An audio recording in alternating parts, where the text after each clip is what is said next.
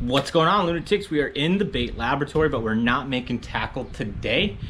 Today's video is going to be a little bit different than what I normally put out. A lot of times I just put out tackle making videos or on the water stuff, and today is going to be an on the water type of a video. But in a recent trip, I went out and my main goal was to get better at deep cranking. That's something that I don't do a lot. And when I say deep, I'm talking 15, 20 foot deep, throwing big crankbaits and trying to catch some big bass doing that.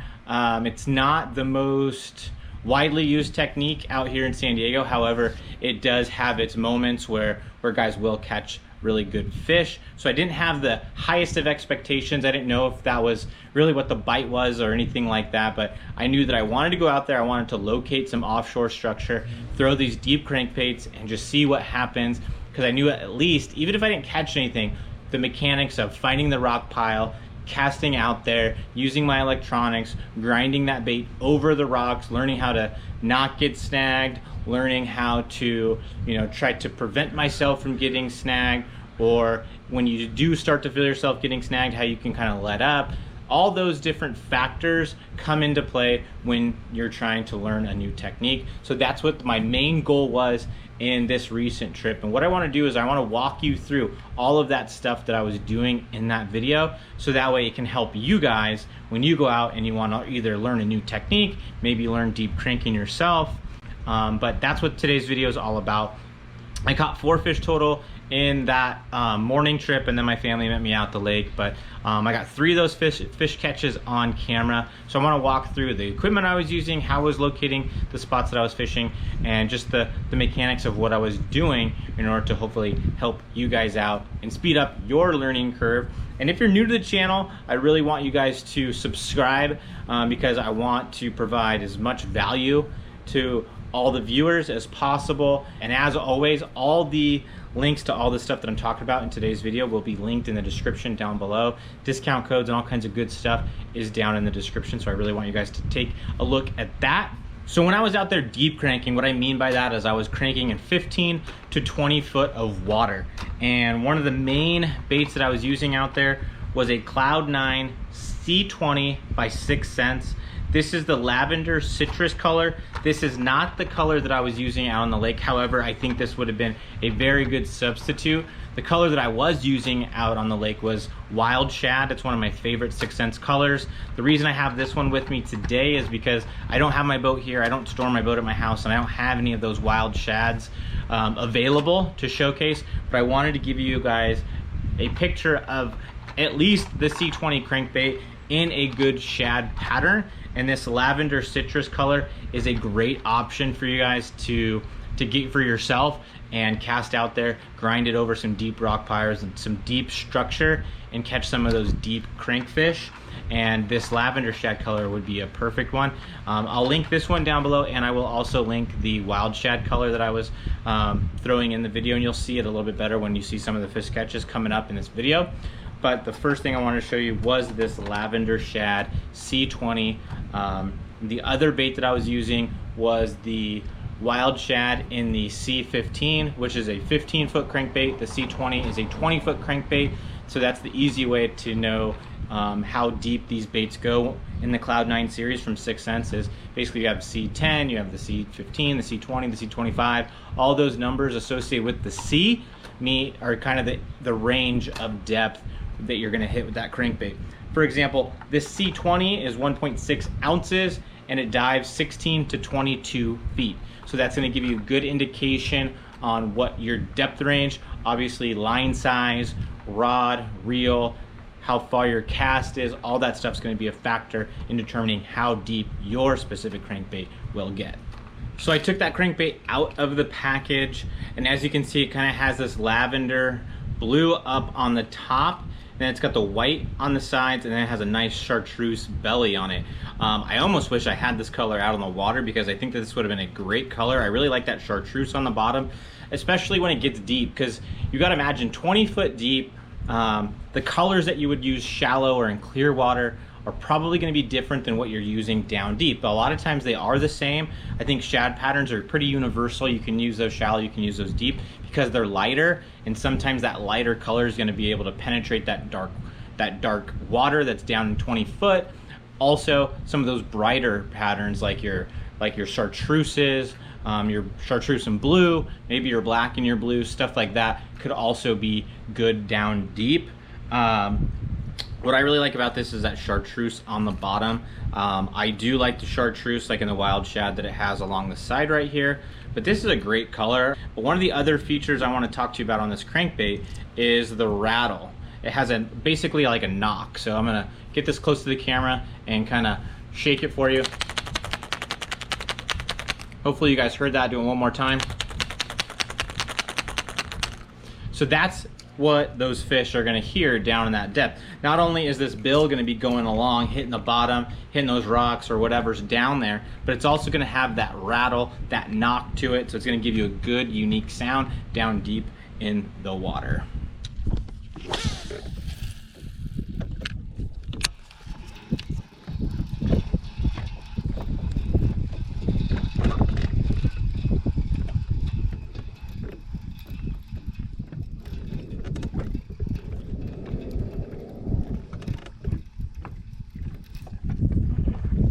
There's one. There's one. I got one on the crankbait. Oh, it's a decent one. Stay on there. Stay on there. Get in the boat. There we go. That's pretty cool. That is pretty cool. Oh, careful, careful.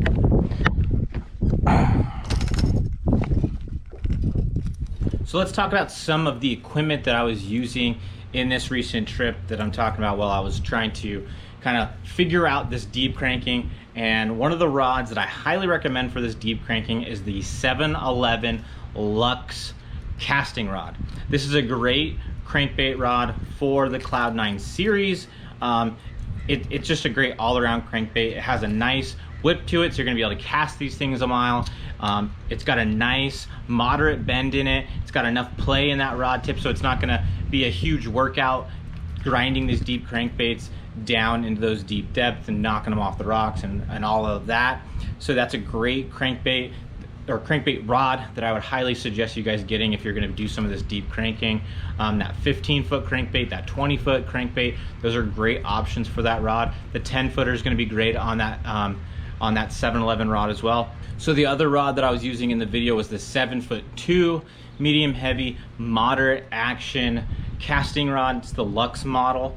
Not the best crankbait for the 15 to 20 foot range, but that's what I had in the boat with me at the time. I am going to be getting another one of those 711 so that way I can have the 15 set up, the 20 set up all at the same time.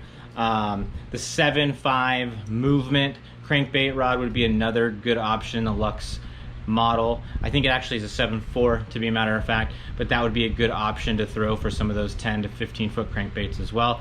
But another good crankbait rod for those deep ones, the 20 footers and the 25 footers, is going to be the 8-foot Lux model casting rod. That's made for the 20 foot and the 25 foot crankbaits, so that's another good option to throw deep cranking, stuff like that.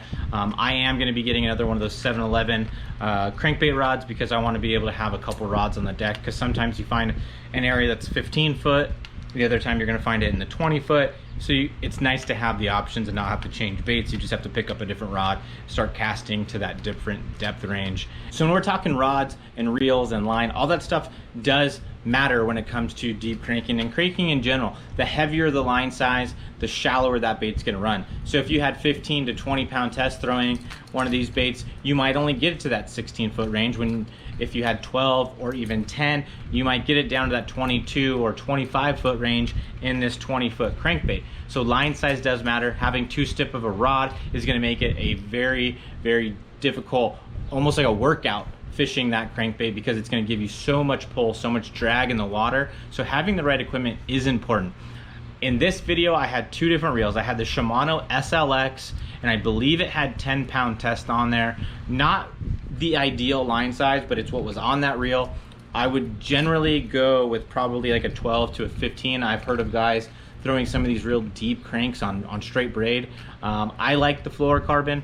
I like the Sunline. I would prefer to go with at least 12 pound test fluorocarbon, FC Sniper, Sunline, and that's gonna get the maximum action out of this bait. It's gonna get you down deep.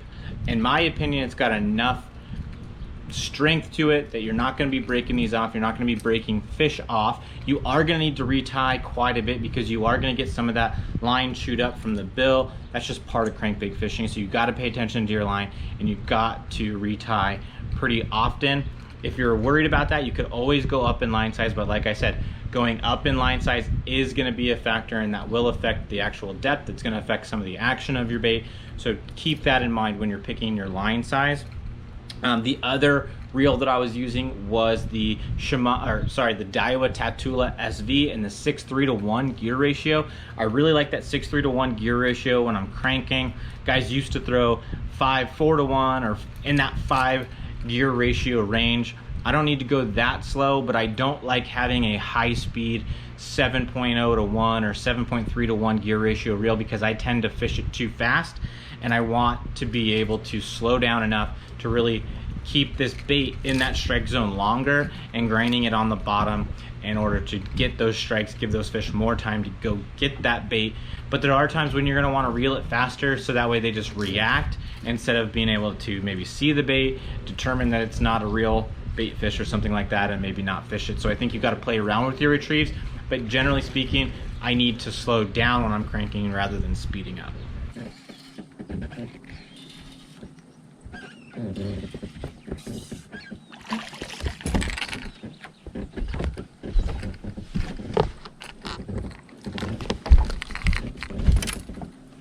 Look at that. Look at that. So the lake that I was fishing in this video was one that has a lot of offshore structure. There's a lot of flooded brush up shallow, which is not what I was targeting because I was targeting deep offshore structure. What I was really specifically looking for was offshore rock piles. So what I was doing, I was idling around, finding some different points, finding offshore rock piles in that 15 to 20 foot range. So I was using my Humminbird helixes, and I had the side imaging on, the down imaging on, and I was just looking for those rock piles in that specific depth range. What I would do is when I found those, I would mark it on my graph, I'd create a waypoint, and then I would shut down because I wasn't looking for fish necessarily. I was looking for the rock piles. I was looking for that spot. So I would idle, I would find that rock pile on my side imaging, and then I would get up front. And one of the things I really like about having my Garmin Panoptics up front is because I can shoot that thing, see what's in front of me, so I know about how far away from that rock pile, how far away I am from that waypoint, so I can kind of position myself to know that, okay, 50 feet in front of me is where that rock pile starts, or 50 feet in front of me is the top point of that rock pile. So I was able to position myself. I could cast different angles still while having that rock pile in my view on the Panoptics. You can see fish on the Panoptics as well. You can kind of see your crankbait coming through the water at times. You can see fish come up and look at it, or you can just see that thing coming through the water, making sure that you're hitting that rock pile, making sure that this is getting down to the depth that you actually want it to. And it really helped me stay in position. So if you're in the market for something like that, the Panoptics is great. Not sponsored by Humminbird, not sponsored by Garmin or anything like that. Just letting you know what I was using and how I was utilizing that technology to keep me in the areas where I felt like I could get bit.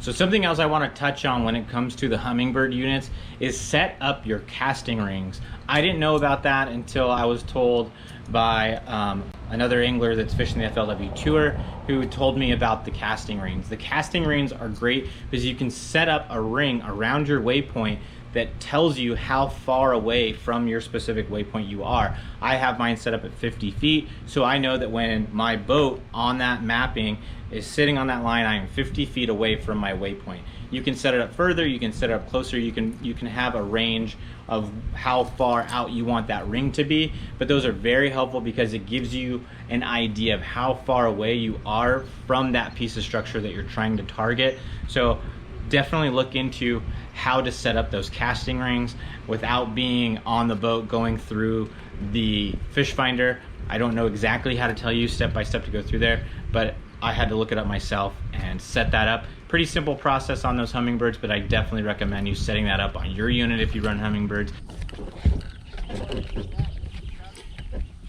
Didn't even know that guy was on there. Had no idea.